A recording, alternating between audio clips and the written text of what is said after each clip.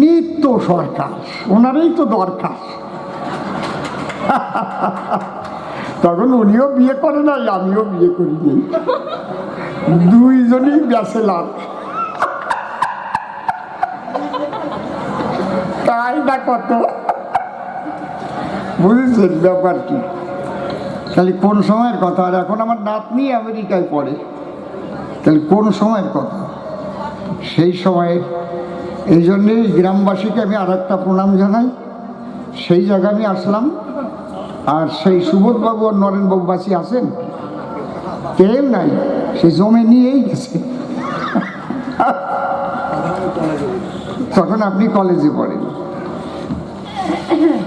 যাক, আজকে আমরা সত্যি আসরটা খুব ভালো হয়েছে। আমি তো শ্রীকৃষ্ণপুরে কয়েকবার এসছি, ওই হাই স্কুলে। আমাকে আপনারা মনের মধ্যেও রাখেন, আপনাকে ফোনের মধ্যেও আমি নড়ি চড়ি, আছে না ফোনের মধ্যে? কি লাফালাফি দাপাদাপি হাসাহাসি করি না? এখন আমারও তো বয়স কম হয় নাই একেবারে। উপর দিয়ে যতই কালা দেখা যাক, তলা দিয়ে সব গলা হয়ে গেছে। এই হাসলে পরে মাইরি, তলা দিয়ে মানে এই তলা দিয়ে কিভাবে তা ভগবান জানে। আমি কি ওই রকম মানুষ নাকি? জয় হরি বল। তা আজকে আমাদের পালা হবে কালীচরণ চাষী আর হরিচরণ গোস্বামী। গুরু ঘরের আলোচনা হবে, তার মধ্যে দিয়ে রাধাকৃষ্ণ তত্ত্ব হবে, বিভিন্ন মাহাত্ম্য নিয়ে, যাতে মানুষ মানব জীবনের কর্তব্য কি তা জানতে পারে। কারণ আমরা তো কেউই চিরস্থায়ী না, সবাই আমরা চলে যাব। এই কথাটা যেন আমাদের মনে থাকে যে আমরা চিরস্থায়ী কেউ না।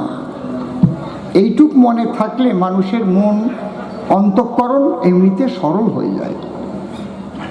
আমরা শ্মশানে মানুষ পোড়াতে যাই, লজ্জার বিষয়, সেখানে গিয়ে মদ খাই। এই জায়গা মনে হয় এখনো ওই কাজটা হয় না। হয়? হায় হায় রে, এখন জামু কোন হানি, এই জায়গাও হয়।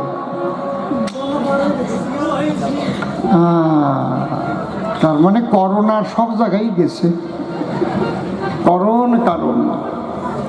তবে একটা অসুবিধা আমি দেখতে পাচ্ছি, আসলে আলো নাই, আমি মুখ দেখতে পাচ্ছি না। ইলেকট্রিশিয়ান কোথায়? এইরকম আলোতে গান গাওয়া যায়? অন্ধকার লাগছে না?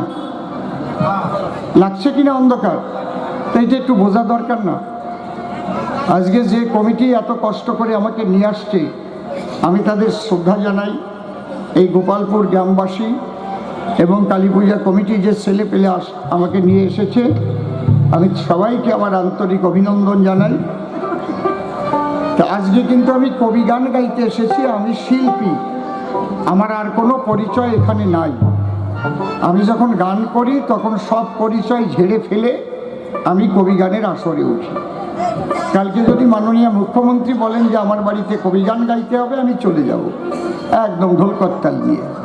ওই জায়গায় কোনো রাজনীতি নাই, কোনো দল নাই, আমি কবি। এখন আমার মুখ দিয়ে কোনো রকম কোনো রাজনৈতিকের উচ্চারণ হবে না, এই চিন্তা আপনারা করবেন না। অনেকে আবার ঘরে যেয়ে কয়, সরকার মশাই যেন রাজনীতির কোনো কথা না হয়। আমি কি বলদ নাকি?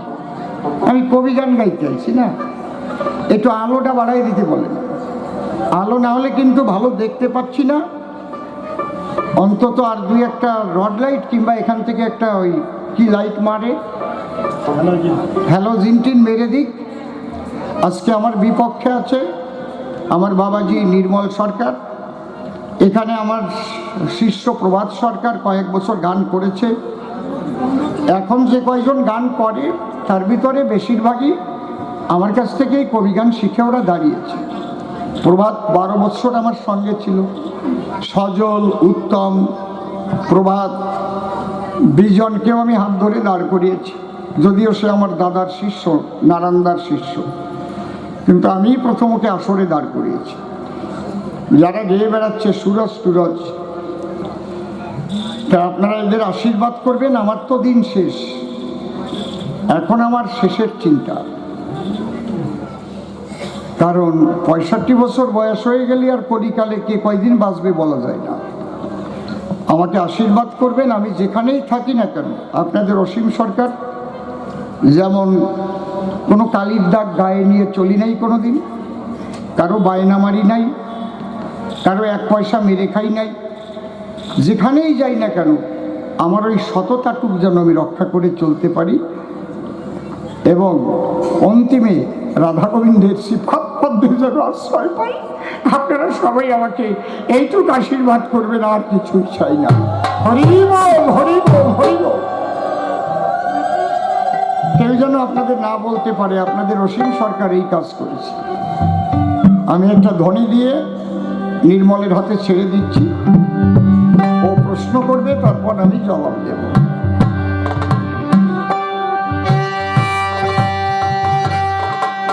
জয় জয় রাধা কৃষ্ণ নিতাই গৌর রাম সীতা মাতা পিতা হরিচাঁদ গুরুচাঁদ প্রেমানন্দে হরি হরি।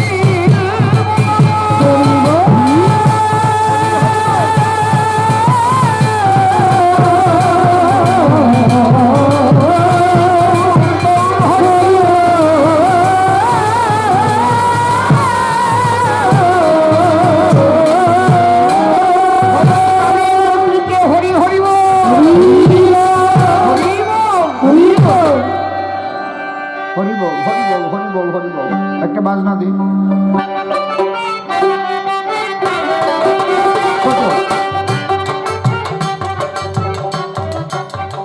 হ্যাঁ, ছোট ছোট বাজাও।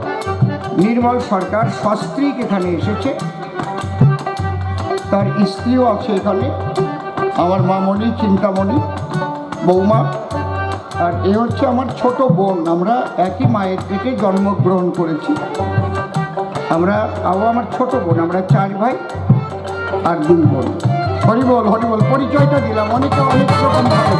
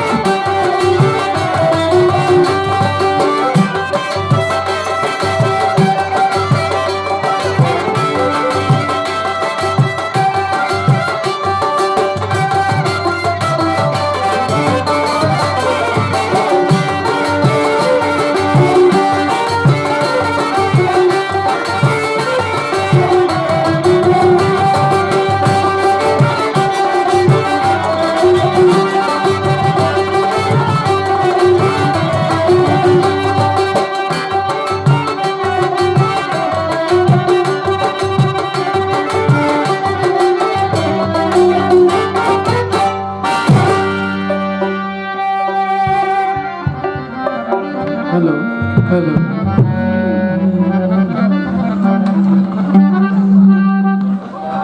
আমি সর্বপ্রথমে রাধা গোবিন্দের শ্রীচরণে ভক্তিপূর্ণ প্রণাম জানাই। আমার শ্রদ্ধেয় গুরুদেব মাননীয় শ্রী অসীম কুমার সরকার মহাশয়, গুরুদেবের শ্রীপাদ পদ্মে ভক্তিপূর্ণ প্রণাম জানাই। উপস্থিত ভক্ত মণ্ডলী এবং আমার ভক্তিমতী মায়েরা, সকলের শ্রীপাদ পদ্মে ভক্তিপূর্ণ প্রণাম জানাই। আর যে কমিটির আয়োজনে আজকের এই মহতী অনুষ্ঠান, কমিটির প্রত্যেক সদস্যা শ্রীচরণে ভক্তিপূর্ণ প্রণাম জানাই। আজকের আলোচনার বিষয় শুনলেন, গুরু এবং শিষ্য। একদিকে থাকবে শিষ্যের ভূমিকায় কালীচরণ চাষী, আর একদিকে থাকবে গুরুদেবের ভূমিকায় হরিচরণ গোস্বামী। এই দুইয়ের মধ্যে আলোচনা হবে। আলোচনা করতে গিয়ে কোথাও যদি আমার ভুল ত্রুটি হয়, সন্তান জ্ঞানে ক্ষমা করে জায়গা দেবেন আপনাদের পায়, এই আমার প্রাথমিক আত্মনিবেদন। এবার রাধা কৃষ্ণের উদ্দেশ্যে একটা ধ্বনি দিয়ে আমার ভূমিকার মধ্যে আমি যাব।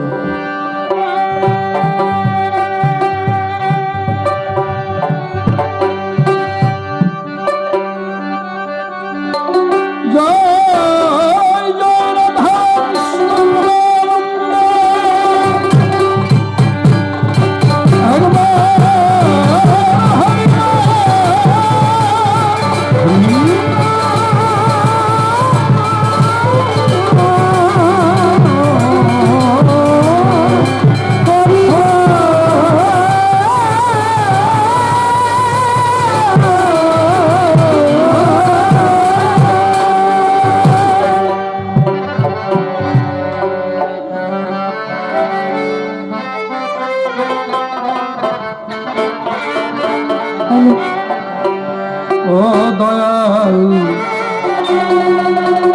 কেন তোমার এমন খেলা পলে পালে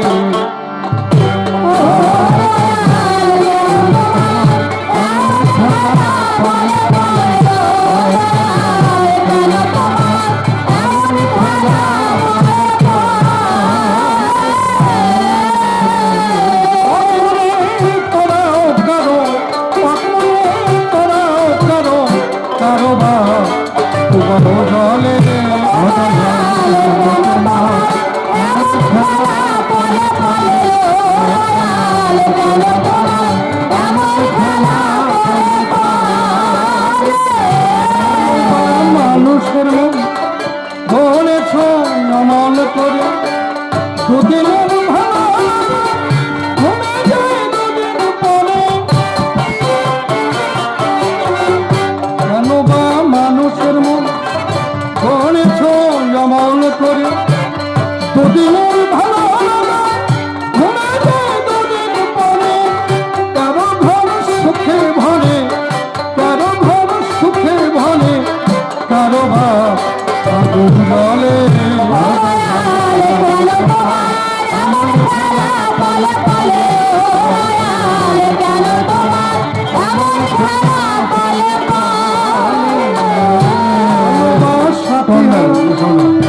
হারানো সাথী তীরে নিজের মাথা সঙ্গে আনিলা ঘুরে ফিরে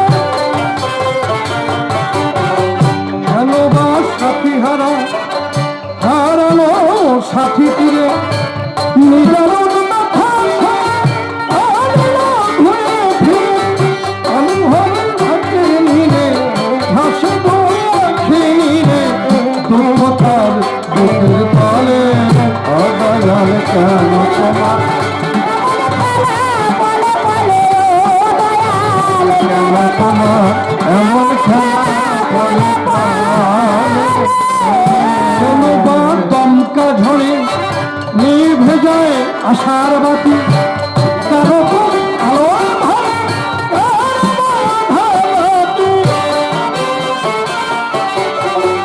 কেন বা দমকা ঝড়ে নিভে যায় আশার বাতি কারো আলোর ভারে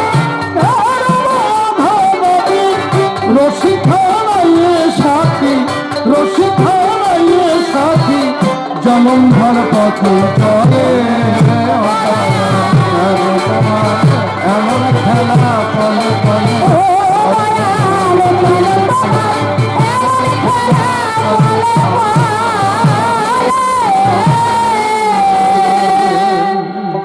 গুরু পিতা গুরু মাতা গুরু ভগ্নী গুরু ভ্রাতা গুরুই সর্বভয়ত্রাতা জীবনান্তকালে পদ্মকারে কবি গানে প্রণাম করি শ্রী গুরু অসীমের চরণে তুমি গুরু নিজ গুণে স্থান দিও তব চরণ তলে গুরুর পরে দিয়ে জীবন ভার কাব্য সিন্ধু হব পার অন্তরের একান্ত আকিঞ্চল তাই জয় গুরু বলে ঝাঁপ দিয়ে কাব্য শরীরে তুমি রক্ষা করিও হে মোর জীবনের জীবন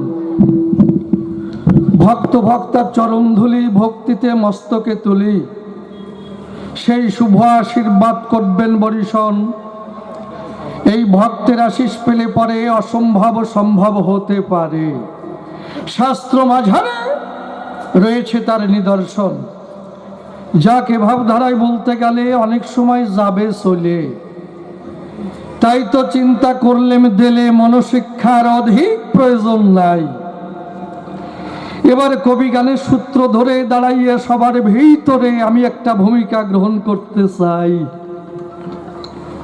কারণ জানেন যত বিজ্ঞ দলে কবি গান গাইতে গেলে দুজনকে দাঁড়াতে হয় দুই দলে এ কথা নূতন বলে আর বলার কিছু নাই তাই আমরা দুজনে দুটি পক্ষ ধরে দাঁড়াইয়ে সবার ভিতরে দেখাবো যার যার ভূমিকার বড়াই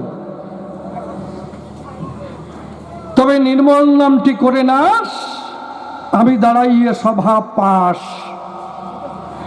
আজি কালীচরণ চাষীর ভূমিকা করিলাম গ্রহণ আমার বিপক্ষীয় বক্তা যিনি হরিচরণ গোস্বামী থানার সিফাত মধ্যে ভক্তিপূর্ণ প্রণাম আমি করিনি অর্পণ। এবার কোথা থেকে আলোচনা বসে শুনুন সৌধি জনা আমি এক এক করে করি উত্থাপন। খুলে বলি সভাতলে আমার মাতা একদিন আমার কাছে ডেকে বলে,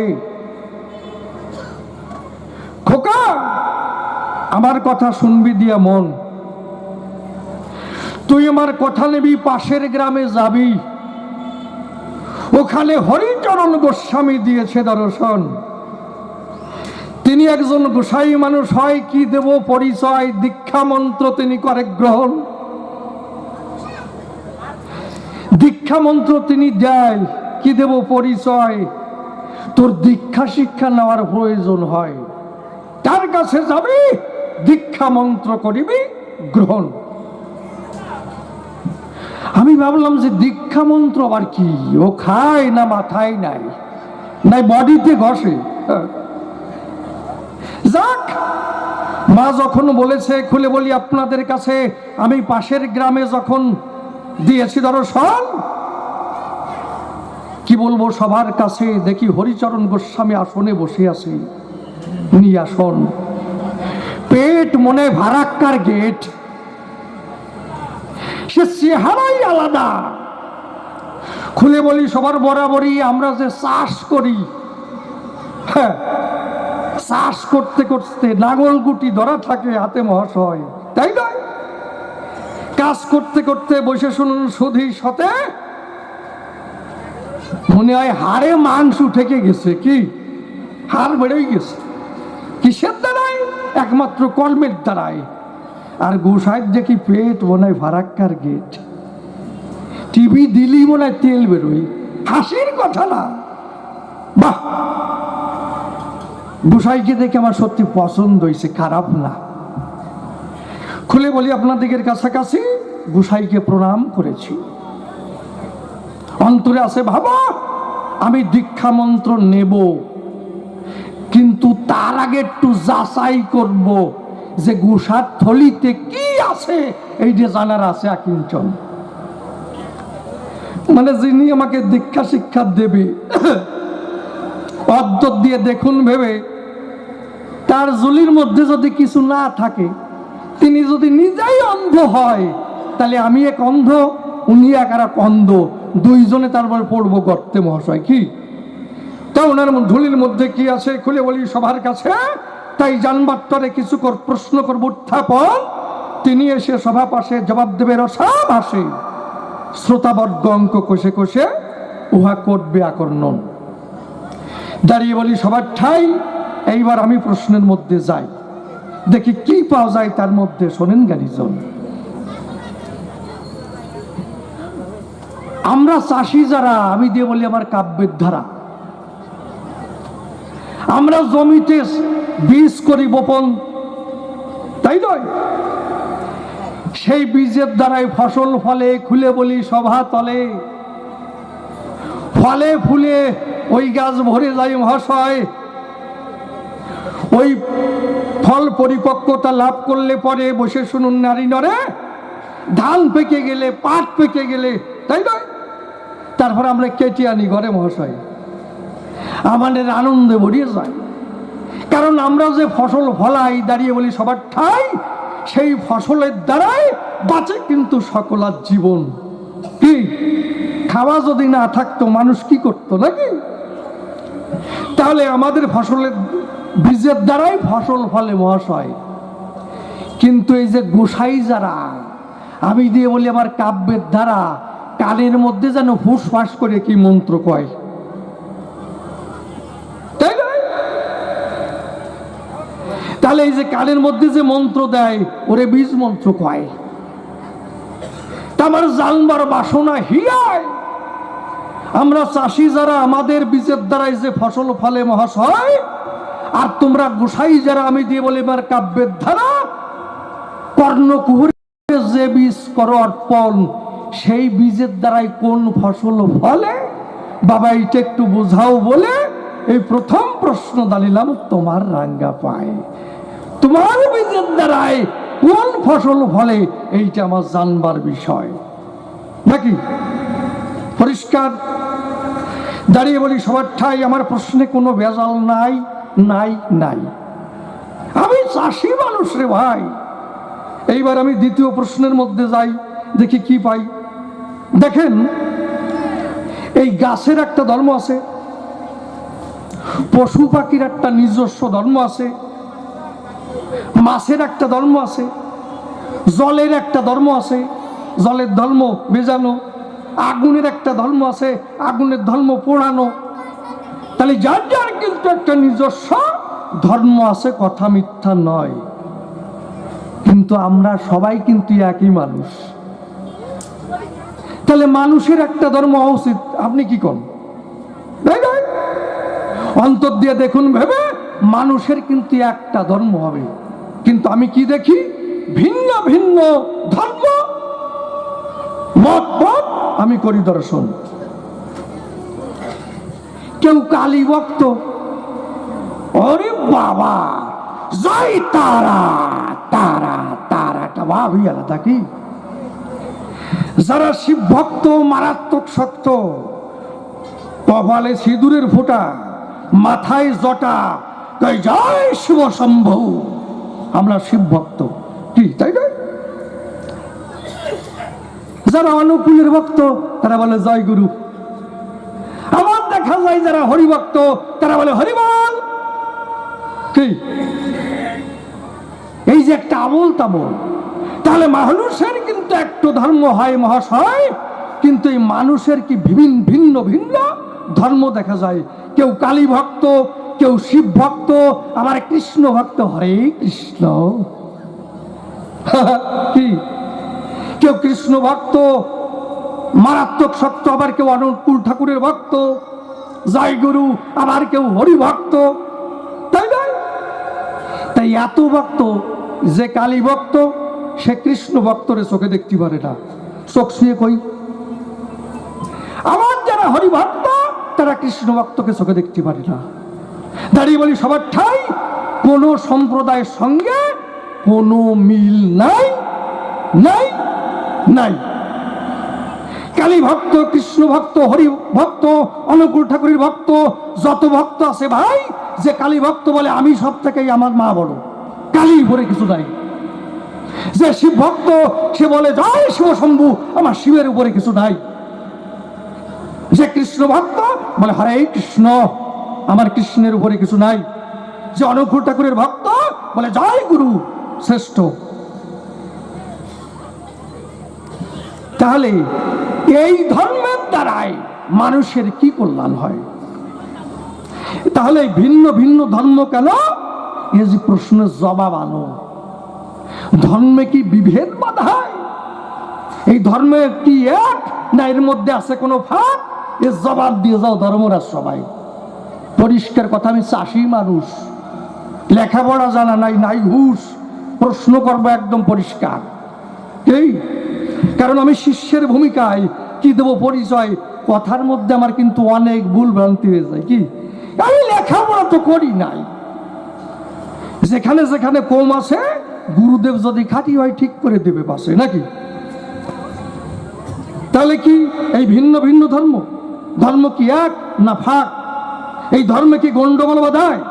একটার মধ্যে কয়টা ঢুকইছি দেখেন মশাই। কি দাঁড়িয়ে বলি সবার ঠাই আর একখানা প্রশ্ন করিয়ে যাই গোসাইকে যখন ভাই। দেখেন, আমার দীক্ষা দেবে কোন মন্ত্রে? কৃষ্ণ মন্ত্রে।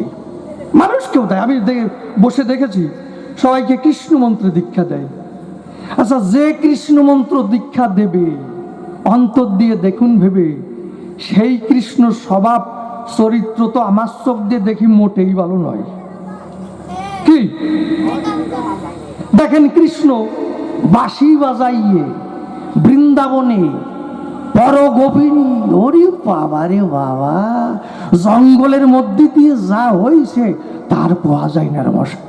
কি পরের বউ বাঁশি বাজাইয়ে হরণ করে নিয়ে চলে গেছে। কত দ্বারাই কেস হয়, একেবারে মারাত্মক, তাই নয়? বাদ দিলাম। এই কৃষ্ণ যখন গেল দ্বারকায়, আমি বলি ধর্মরাজ সবাই বসে শুনুন, নারী নরে 16,008টা বিবাহ করে। বিয়ের ঠেলা কি দেখছেন? আপনি তো হাসেন, আমার দুঃখের জেলায় কাশও আসে না। 16,008টা। আবার সেই কৃষ্ণ যখন গেল মথুরায়, এতগুলো বিয়ে করার পরে কুজি বুড়ি, নাম শোনেন নাই? কুজি বুড়ি পিঠ কুজ হয়ে গেছে, পিঠে কুজ বজবুজ করছে, বুজবুজ, ঘৃণাবৃত্তি নাই, ওই কুজি বুড়িরও ছাড়ে নাই। তাহলে এই কৃষ্ণ চরিত্র এমন, যতগুলো বিয়ে করেছি বেশি হরণ, তাই না? জাম্বুবতী হরণ, সত্যভামা হরণ, এই তো বিয়ের ধরন। তাহলে সেই কৃষ্ণ মন্ত্রের দীক্ষা নিয়ে আমার কি কল্যাণ হবে, আর এই জগতের কৃষ্ণ কি কল্যাণ করবে, এইটা আমার জানবার আছে কিঞ্চন। যে কৃষ্ণের চরিত্র এমন, সেই মন্ত্রের দীক্ষা নিলে আমার কি কল্যাণ হবে, আর এই বিশ্বেরই বা কি কল্যাণ করবে? কি পরিষ্কার? যাক, আর প্রশ্ন করব না। এইবার একটা গল্পের করি আয়োজন। আপনারা একটা গল্প শুনবেন? গল্প শুনবেন? আপনারা কি করেন? বলবো? বলিয়ে যাই, যদি আপনাদের জানা থাকে তবুও বলবো, নাকি? গল্প তো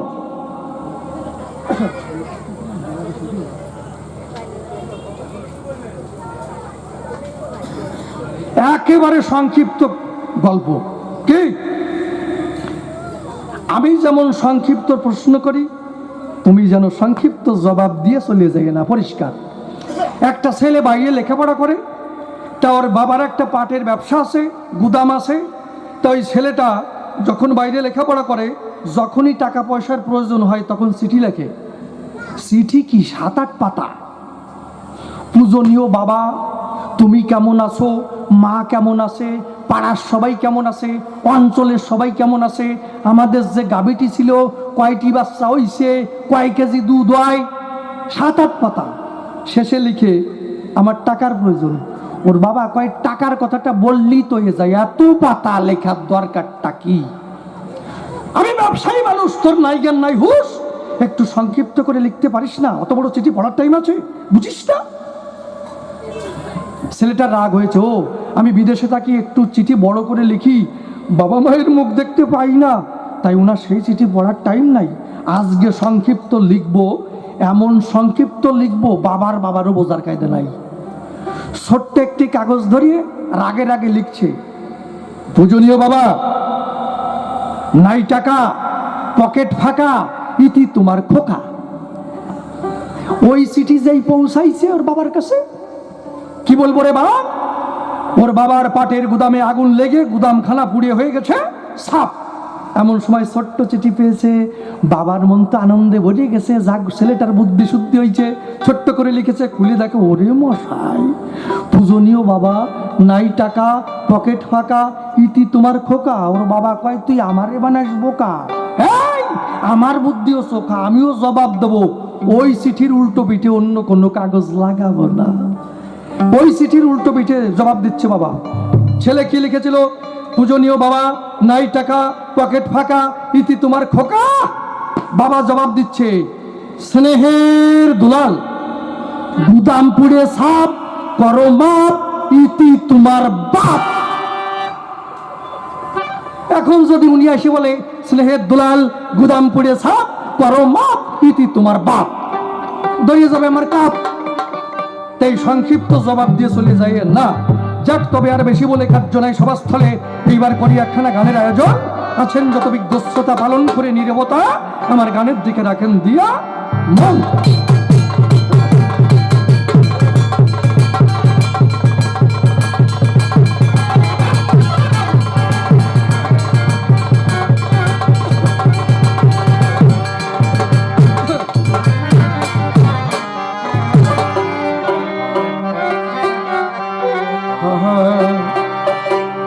ওই আমি বুঝলাম না যে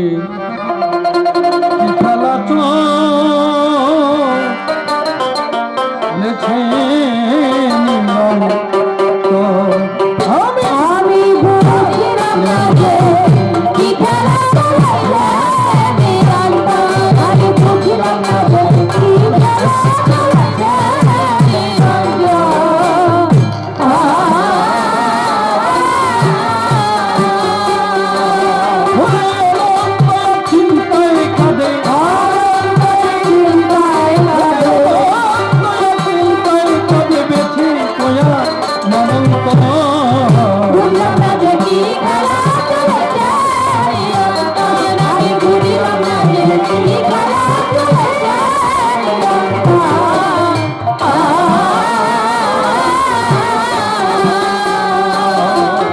তবে প্রথম সৃষ্টিধারার প্রবাহে ভেসে প্রাণের কণা প্রকাশিল মানুষের বেশে।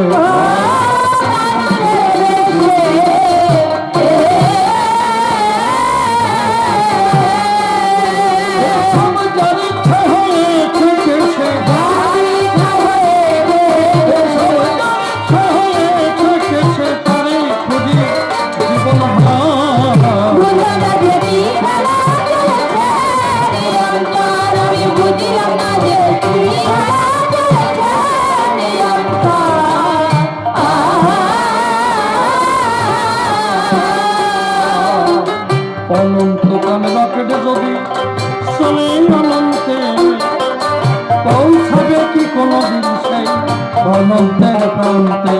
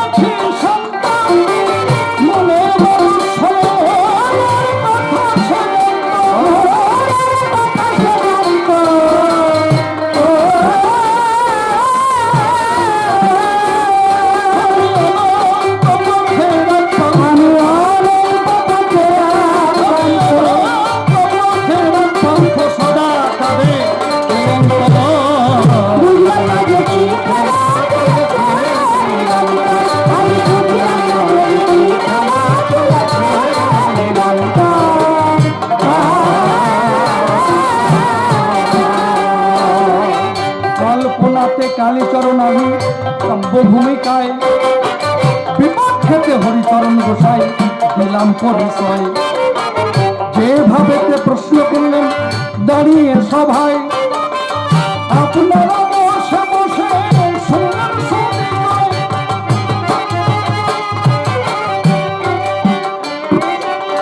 দীক্ষা শিক্ষা নিয়ে তাতে কি বা হয় এই কথা জানতে আমার আছে পরিচয়। আমরা যারা চাষি বীজ বপন করি বলি সভায় তাতে কিন্তু বিভিন্ন ধরনের ফসল ফলায়। সেই ফসলের দ্বারাই মানুষের বাঁচে যে জীবন তাহার